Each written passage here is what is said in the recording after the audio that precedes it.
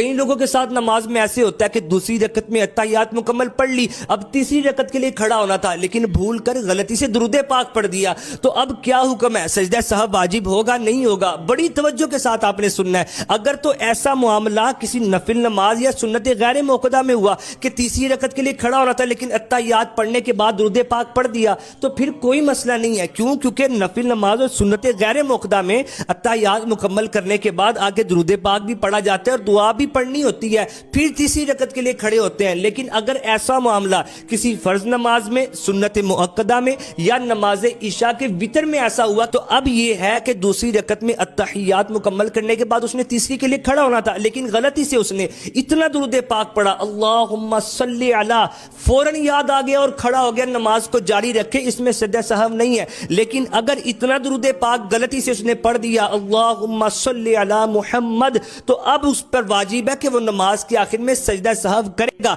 یاد آتی فوراً کھڑا اور نماز کے آخر میں سجدہ سہو کرے۔ لیکن اگر کوئی غلطی سے نہیں بلکہ جان بوجھ کر ایسا کرے تو وہ گناہگار بھی ہوگا، تو سجدہ سہو سے کام نہیں چلے گا بلکہ وہ نماز کو بعد میں پھر دہرائے گا۔ ان مسائل کو سیکھیں۔ کتنی بار ایسا ہوتا ہے کہ ہم بغیر سیکھے نماز کو پڑھ رہے ہوتے ہیں، ہر چیز ہم سیکھتے ہیں لیکن کسی عالم دین سے ہم نے نماز نہیں سیکھی۔ اللہ کرے کہ ہم نماز کی اہمیت کو جان جائیں۔